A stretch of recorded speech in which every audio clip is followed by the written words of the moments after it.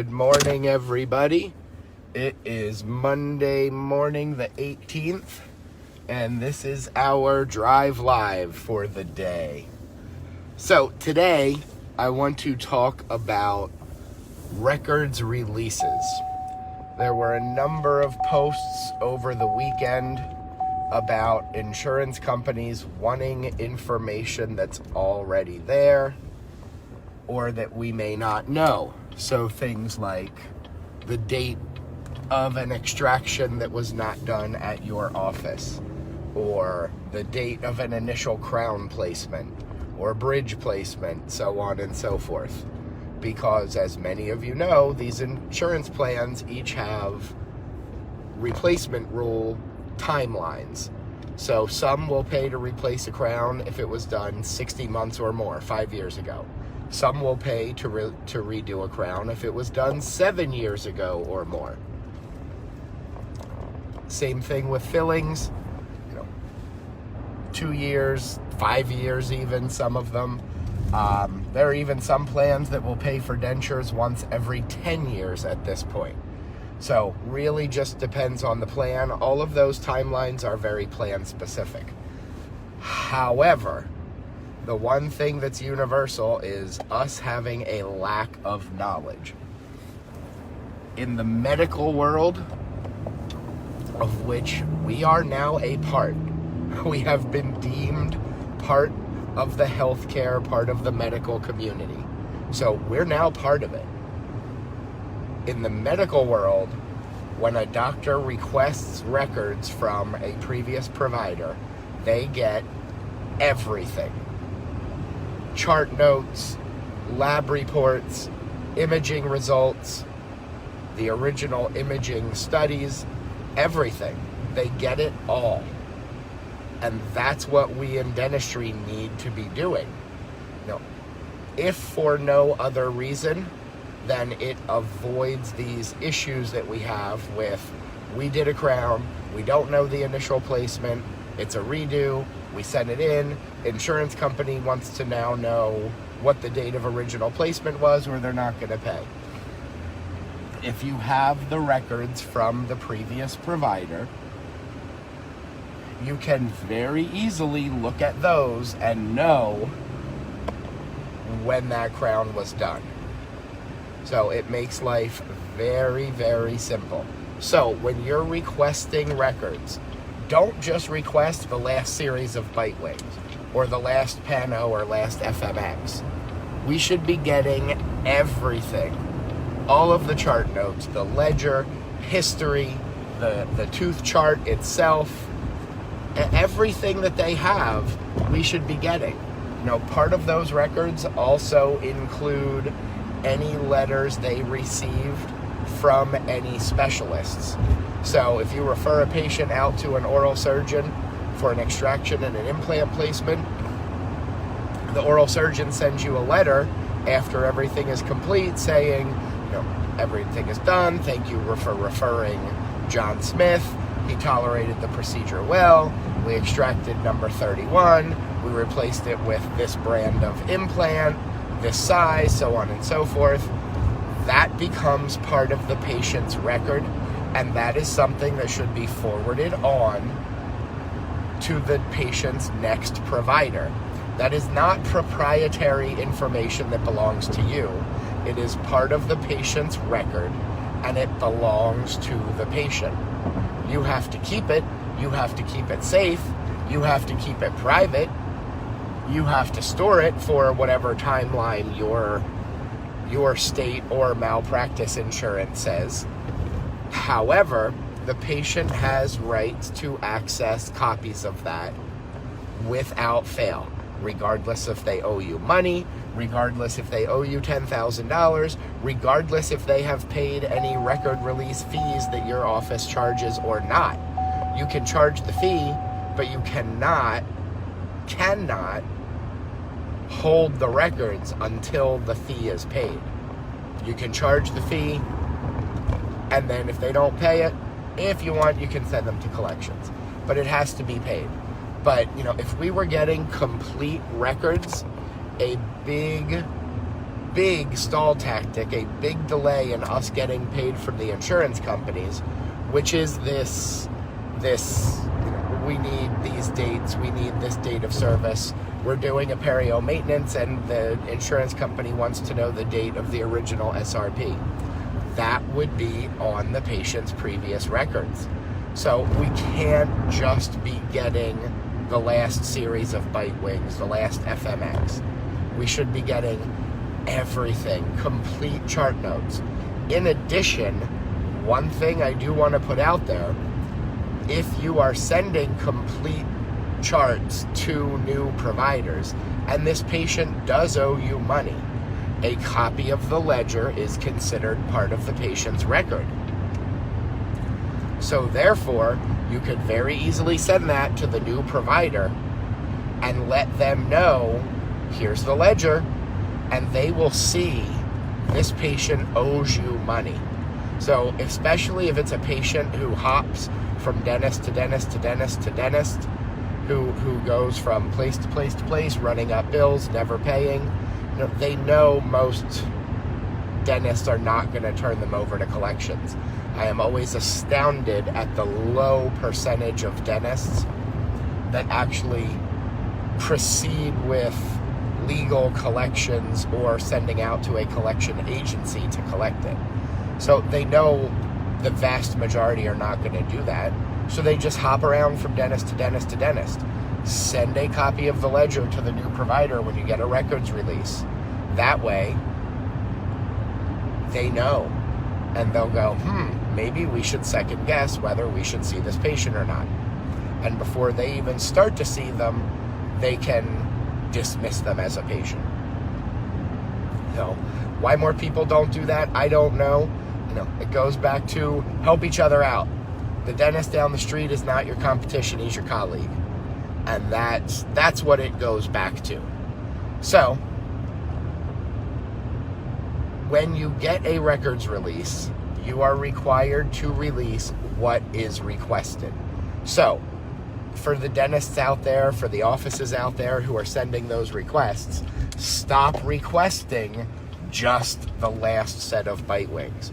Request everything.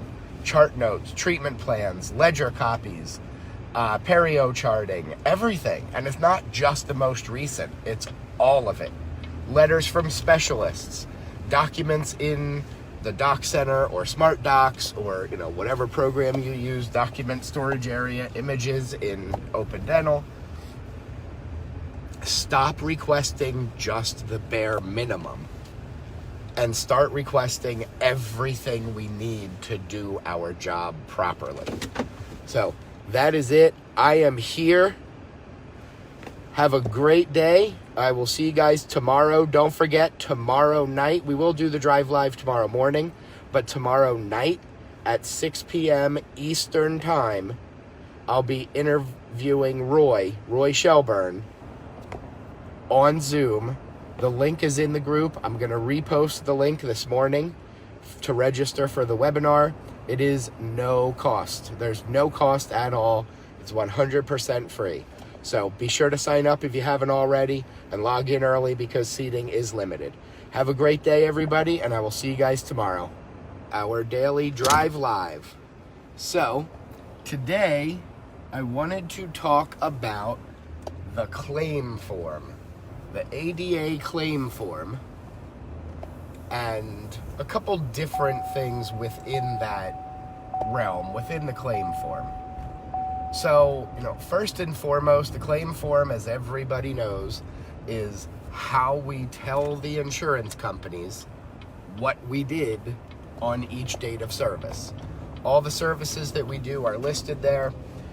Number one, if you are in network, your contracts, 99.8% of them, require that you submit everything you do. So if there is a code for it, it has to be submitted. So we've talked about that a little bit in the past. I'm not going to get into all of that again. It'll be a discussion for a later date. However, everything you do should go on that claim form. But here's the thing. A lot of people think, oh, well, if I'm going to change a price, if I'm going to give the patient a discount, I can just put in the remarks section of the claim form that I'm giving them a discount. That is not correct. The right thing to do is to change the price on box 31. Box 31 of the claim form is where you put your fees. That is where, if you are giving a discount, you adjust the price. So if you normally charge $200 for a crown, patient has for a filling, patient has 80% coverage, you're gonna waive the patient portion. So you think, you don't put $200 there, you're giving that patient a 20% discount. So you would put $160 instead of $200 in that claim form. Now, people will say, but the ADA says the fee that our cash patients pay is the fee that should be represented on the claim form. And that's absolutely correct. The exception being, if you are giving a discount, it has to be reflected there. I know we're going to talk about this tonight on our webinar with Roy, but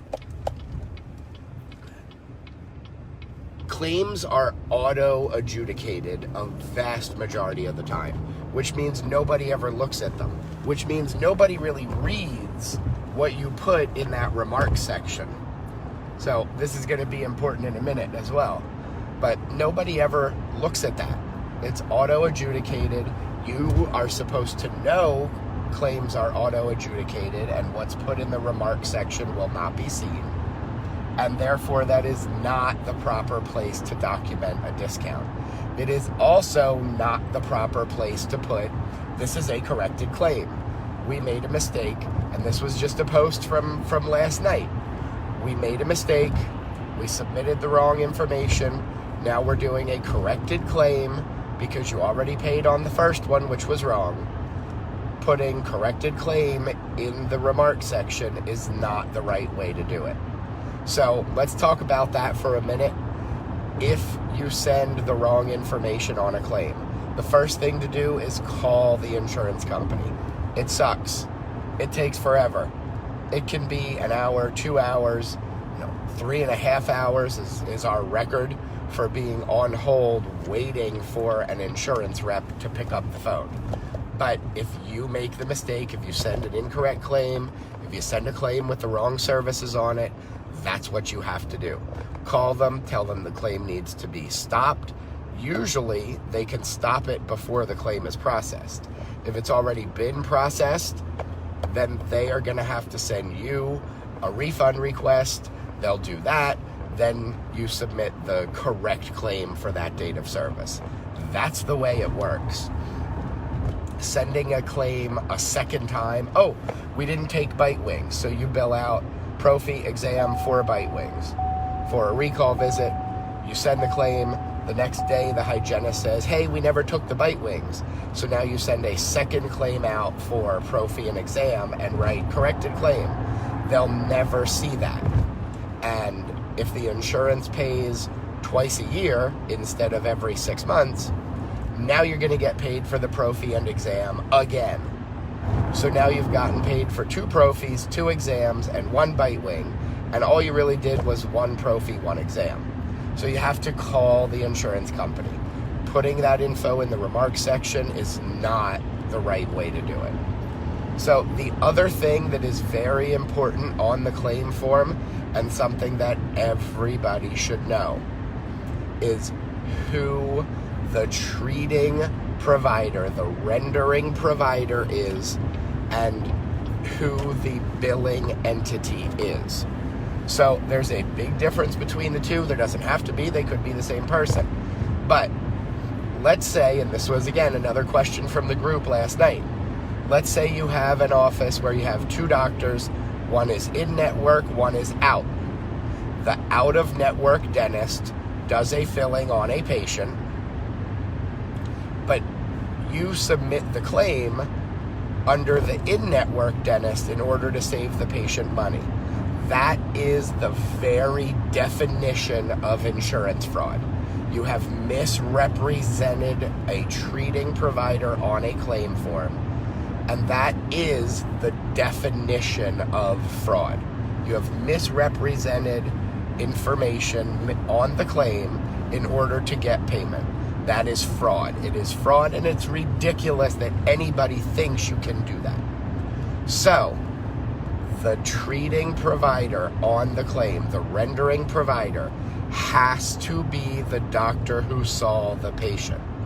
If you are submitting a claim for a prophy and exam and bite wings, the doctor who does the exam, the doctor who is in the office supervising the hygienist while the prophy is done, is the provider on the claim. It can't be just based on network status. It can't be. That is the very definition of fraud. The billing entity can be one of three things. It could be, depending on how your practice and your partnership are set up, it could be the treating provider, could also be the billing entity. If you want the checks to come to the treating provider, to the doctor's name, then the billing entity can be that person.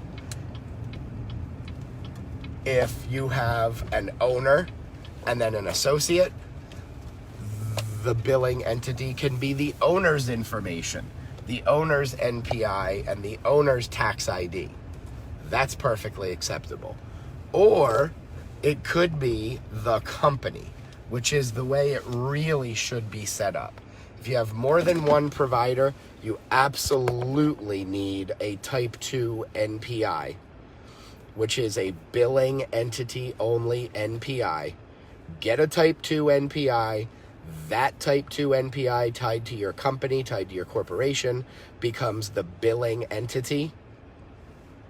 And then the treating provider, the rendering provider, is whichever doctor saw them. So that way your checks will always come to the company. What will happen is whoever the billing entity is listed on those claim forms, that's who's going to get the 1099 at the end of the year from the insurance company. So if it's your associate doc listed as the billing entity and the checks come in the associate doc's name, at the end of the year, the associate is going to be the one to get the 1099 from the insurance company, it's going to be reported to the IRS that was that person's income. And if they fail to report that, they're going to have a big IRS issue. So, billing entity, super important. Pay attention to who that is. And also, again, the rendering provider. Please, please, please make sure whatever doctor actually sees the patient is the one listed on the claim form as the rendering provider. That's it for today. Everybody have a great day. Don't forget, tonight at 6 p.m. Eastern Time, we're doing a webinar with Roy Shelburne. I will be posting the link to register for the webinar this morning in just a few minutes in the Facebook group. So I hope to see you all on there, 6 p.m. Eastern Time. If you can't make it, still register for the webinar. Everybody who's registered for the webinar will get email notification when the recording of the webinar goes up on our YouTube channel. Have a great day, and I will talk to you guys tonight.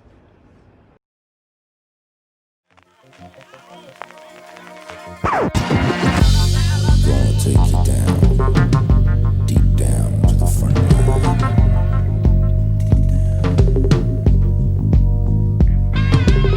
You woke up this morning, got yourself a gun. Your mama always said you'd be the chosen one. She said you're 1 in a million, you got to burn the shine. But you were born under a bad sign with a blue moon in your eye. When you woke up this morning, all that love had gone. Your papa never told you about right and wrong. But you looking good, baby. I believe that you're feeling fine. Shade my right, born under a bad sign with a blue moon in your eyes. So sing it now. Good morning, everybody. It is, I don't even know what day it is, Wednesday, January 20th, and this is our morning drive live. So, today we're gonna talk about something a little bit different than the normal billing and coding stuff. Today we are going to talk about patient attrition and acquisition costs, because this is something I see talked about a lot in a lot of Facebook groups, talking about, I got 45 new patients last month, I got 82 new patients last month, I had 117 new patients last month. But here's the real question: how many patients did you keep? That's what matters. So many offices will say, hey, we got 45 new patients last month. We had a great month. But how many patients that you already had slipped out the back door? How many patients that you already had didn't schedule their recalls, aren't coming back to the office? No, when a patient leaves the office without their next appointment scheduled, whether that's for a recall, whether that's for restorative work, whatever it may be, there's a 50% chance they will not ever schedule an appointment again. So you want to have every patient walking out the door with their next appointment planned. If they don't need anything and their next visit is their 6-month recall, schedule it when they are leaving. Schedule it when they're there before they leave, so they're on the books. It can always be changed, but I want them on the books, as that's a level of commitment. If their next visit is a filling, they're here for a recall today, they need 2 fillings, you're going to have them come back next week or the week after, schedule that appointment. But I also want to schedule their 6-month recall. I always put it to patients, let's get your next hygiene visit scheduled. That way you get the time and the date that you want, because those appointments do fill up 6 months ahead of time. So by scheduling now, you're guaranteeing you're going to get the time and the day that you want. So that's what I do. That's how I put it to patients to get them on the books. But so many offices don't know how many patients they're losing. And that to me is a big problem. If you don't know how many patients you're losing every month, you don't know if you're growing or not. And if you're not growing, you're going out of business. You may not even realize it. So here's the way I look at it. I look at patients who were due for recall but don't have one scheduled that are 3 months or more past due. So this is January. I had to look at my watch to know it was January. This is January. Patients who were due in July would be scheduling their 6-month recalls now. Any patient due in July who hasn't scheduled is a lost patient. They will show up as a lost patient in April of this year. So then I'm going to know who's past due. Every single software program has a way to track where those patients are, who those patients are, whether it's the recall wizard, whether it's the unscheduled patients without recall report, whatever it may be. Every single software has a way to track them.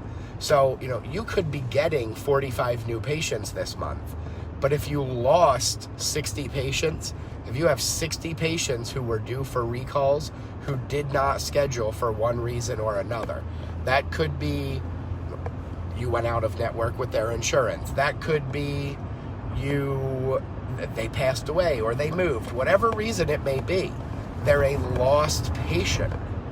If they're not scheduled, they're a lost patient. So if you have brought in 45 new patients, but you've lost 60 patients, you had 60 patients fall off your schedule, you actually lost 15 patients this month. If you lose 15 patients a month every month, you're slowly going out of business and you don't realize it. So that's a big thing. You have to look at not only the number of new patients, but your net patient numbers. How many you got new and how many you lost of your existing. That will give you your net patient number, and that is the only number that matters. You could be a super rock star office that gets 250 new patients every single month. But if you're losing 251, you're just breaking even. So that's number one. Number two, the reason this is important is because of something called patient acquisition cost. That's how much it costs us to get a patient in the door, a new patient. Now, this is going to be different for every single practice. However, the easiest way to figure it out is to take all the money you spent on marketing for the entire month. Now, let's just say in this example, it was $5,000. So if you spend $5,000 on all marketing forms, so internal marketing, external marketing, referral programs and Facebook ads and all that fun stuff. If you spent $5,000 on marketing this month and you brought in 10 new patients, your patient acquisition cost is $500 per patient. It costs you $500 to get that new patient in the door. That's a lot of money. Now, again, that acquisition cost is going to be different for everybody. It's going to be different for every practice. It's going to depend. A $500 acquisition cost isn't bad if you're doing a campaign for full mouth rehabs or all on 4 implant cases and whatnot that you're charging $20,000, $30,000, $40,000 for. $500 isn't bad at all. But if you're bringing patients in to do prophy exam, bite wings, prophy exam, bite wings, prophy exam, and that's what they're doing over and over again, you need to keep that patient for 15 years before you make a profit on them based on your acquisition cost. So it's very important to know what your patient acquisition cost is. That way you can identify marketing areas that maybe have a lower acquisition cost that you want to put more money into. If I am spending $1,000 a month on a billboard and getting 2 patients, or I'm spending $1,000 a month on Facebook and getting 20 patients, I'm going to put more money into Facebook than I am into the billboard because my acquisition cost is lower. It's bringing me more patients for the same money. My patient acquisition cost is less, and that's where I want to put more money. More money into the lower acquisition cost, as long as it's generating quality patients. That's the other thing you have to look at. So just something a little different today, something I want to put out there because I see everybody talking about new patients, and that's not the only thing that matters. That's not the big important number, is not new patients. So I'm here. Everybody have a great day. I will see you tomorrow. Good morning, everybody. It is Thursday, January 21st, and we are going to start our drive live. So, today, for the second time, we are going to talk about discounts. So, I know we had a drive live about discounting already, but it seems to be a big topic. It seems to be something that members of the group are asking every time they get into the group, if they're new in the group, or they just missed the previous posts. So we're going to talk about discounting again because it's a big topic. Let me start by saying I don't know why it's such a big topic. We in dentistry are the only medical professionals I know who discount their services, who, if a patient asks, will do it cheaper. I have never, ever heard of a cardiologist being asked, oh, that quadruple bypass is $24,000. Could you do it for 20? I've never heard of that happening. Now, I think a big part of that has to do with medical insurance coverage and so on and so forth. However, it doesn't happen. Number one, let me start by saying when you discount, you are devaluing your service. It's just like the offices that put out coupons. Coupons in medical or dental settings only bring in people who will use the coupon. If they don't see value in what you do, you don't want them. Now, I understand there's a debate on access to care and affordability and so on and so forth. So I will put it to you like this. Whenever one of my clients or an office I work with or somebody calls me and says, what should I do? I want to do marketing, and they're suggesting I do a coupon. My statement to them is this. If you aren't worth what you're charging, charge less. It's very simple. If you normally charge $1,000 for a crown, but you give every patient a $100 discount, just charge $900. If your crowns aren't worth $1,000, charge $900. If you're not worth what you charge less. Then you don't have to discount. Then everybody's paying the same fee. And that's how I will put it to people. I will actually say, oh, I wanted to give that patient a discount. Why? Are you not worth what you're charging? Then you should charge less. So, I am not a fan of discounting. I will tell you, so many offices operate on a 20 to 25% profit margin. And remember, we have to look at the practice as a business. And profit margins are the king. Profit margins determine everything. So if you're operating on a 20 to 25% discount, profit margin, and you give a patient a 10% discount, you just cut your profits in half for that patient. So I'm not a big fan of discounting to begin with.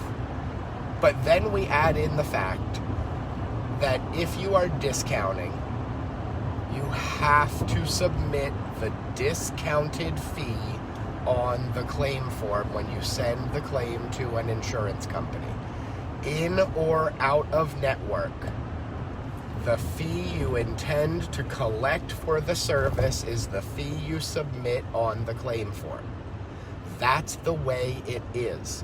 Okay, in the webinar the other night with Roy Shelburne, we talked about this. We discussed it at great detail. And at the end of the day, he and I both agree, just don't do it. Don't give discounts. However, if you are going to, the discounted fee, the fee that you are going to accept as payment in full for the service, is the fee that you put onto the claim form. Onto box 31, that's the fee. So if you normally charge $1,000 for a crown, and the doctor says, just take the $500 that insurance is going to pay, you put $500 on the claim form. That's how you do it. The problem is, now insurance with 50% coverage is only going to pay $250 because they're going to pay 50% of that $500. So now the patient is still going to have a balance of $250.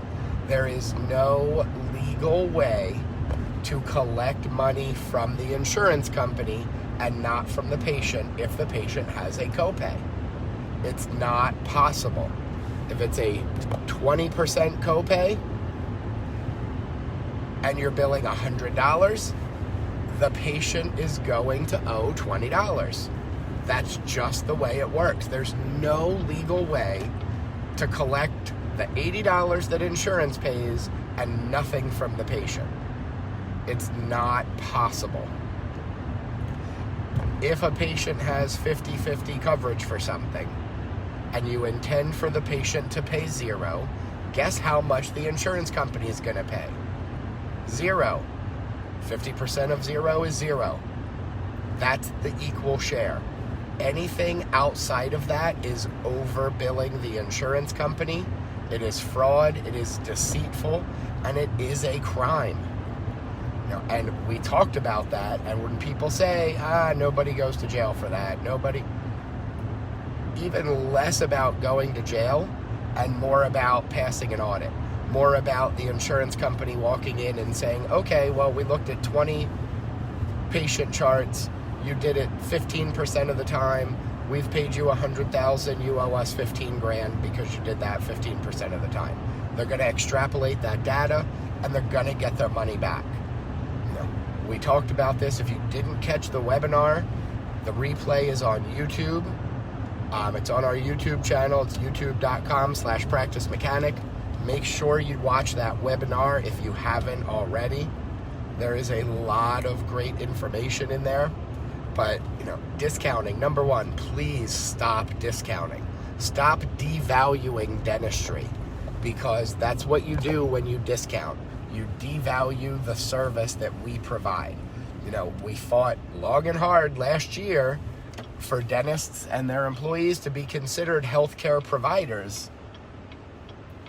And now we're discounting. Now we're devaluing our service. Now we're worth less than what we charge because we have to give a discount to get a patient to do the work. If you want to give a discount to a patient, to a clergy member, to a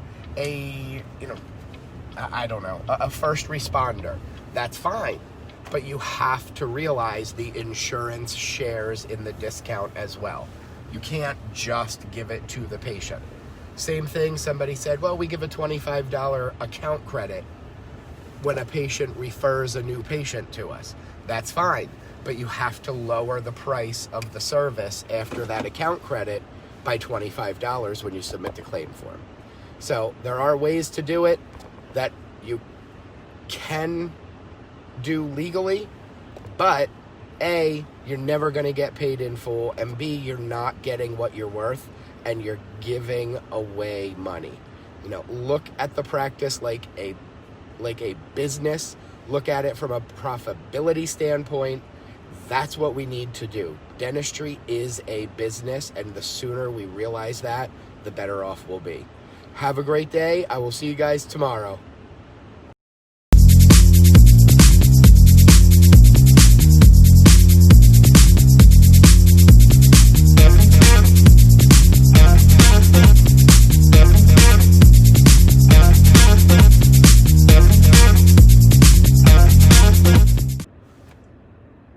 Good morning, everybody. It is Friday, January 22nd.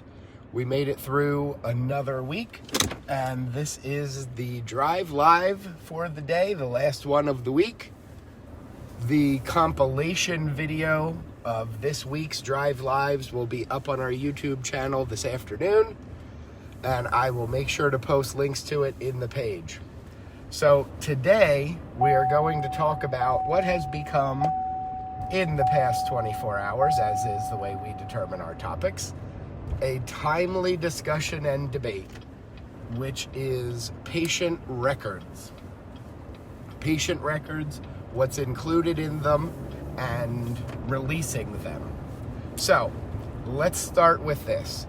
Number one, I want to make it very clear to everybody.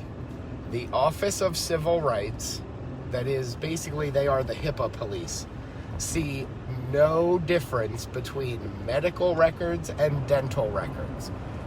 Your dental records are medical records.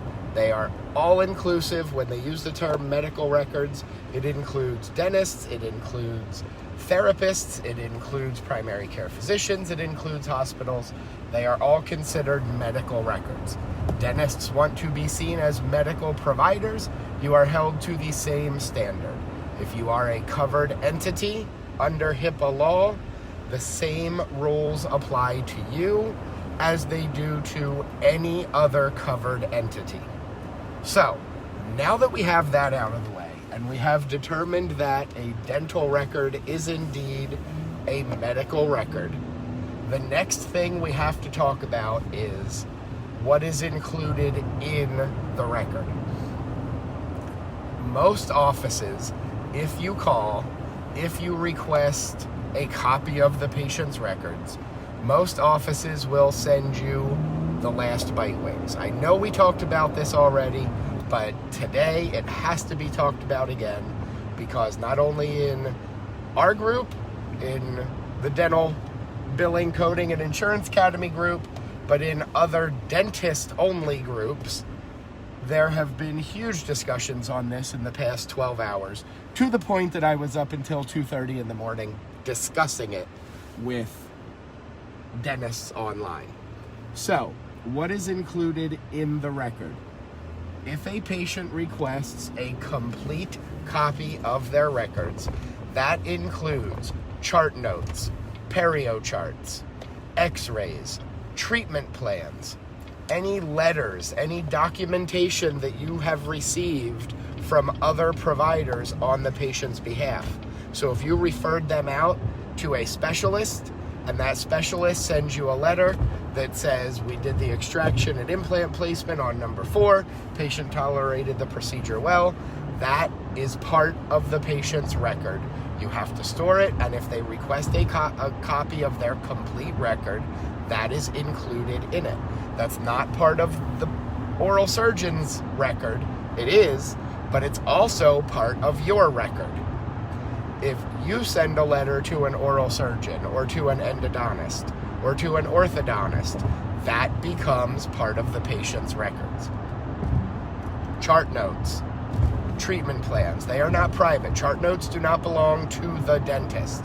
If the patient requests them, they have to be given them, as well as all imaging. So, x-rays, scans, everything becomes part of the record. One of the discussions last night going on in another group was diagnostic casts. Are they considered part of the record or not? We started looking into it at 10 o'clock last night. So far, we have 22 states that say a diagnostic cast is part of the record and must be retained for 7 years, and if requested, transferred out or given to the patient. So, how many of you are storing your cast models in your office for 7 years? Because you have to. It's part of the record in those 22 states. We're calling the other 28 today to find out for sure, but that is part of it. So that's all in there. Now, somebody just posted in the group in the past 20 minutes. The office they work for does a scan for ortho consults for children. The scan is free. However, according to her higher-ups, if the patient calls and wants the scan transferred out to another office, once those records, that scan, released to another office, there is a fee of $100 to do that. That is 100% against HIPAA law. You cannot do that. Can you charge a record release fee? Yes. However, if you are digital, your cost to send that record is nothing. It's $0. You're not allowed to charge the patient anything for maintaining an encrypted email service. That is a cost of doing business. So your cost to transfer that record, if you're sending it via email electronically, is $0. According to HIPAA, you are allowed to charge either your actual cost of reproduction or $6.50 flat. If you don't want to document, and you have to document in writing, what your actual cost of duplication is. So you can say it is 15 cents a page if paper, toner, ink add up to 15 cents per page. But you have to break down the cost if you're going to charge per page. You cannot charge a research fee. You cannot charge a transfer fee. That ended in 2017. According to the Department of Health and Human Services, it is totally and completely illegal. So, this office that's charging $100 is violating HIPAA. If they tried that on me, they would have an OCR inspector in their office within the hour. That's just the way it works. You can't do that. Also, you cannot hold records if a patient owes you a balance. If a patient came in, they got an FMX, an exam, and a prophy, they never paid you, they still owe you for the FMX, the exam, and the prophy, but now you're getting a records release request from another office, you have to release the records. Yes, you can charge them that $6.50 or your actual cost of duplication if you're not sending them electronically. However, you cannot hold the records because there is a balance, or even because they haven't paid you the records release fee, the record duplication fee. You can charge it, but you can't hold the records if they don't pay it. You cannot say, pay me my $6.50 first, and then I'll release the records. You're not allowed to do that. So, I am here. I know this is going to be a topic for today because the posts are already kicking about this one thing in just about every group. So be watching for my comments. It is Friday. Everybody have a fantastic weekend, and I will see you on Monday.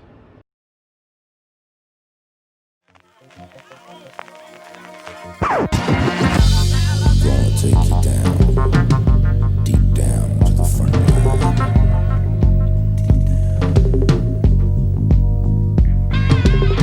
You woke up this morning, got yourself a gun. Your mama always said you'd be the chosen one. She said you're one in a million, you got to burn the shine. But you were born under a bad sign with a blue moon in your eye. And you woke up this morning, all that love had gone. Your papa never told you about right and wrong. But you're looking good, baby. I believe that you're a feeling fine. Shade my body, born under a bad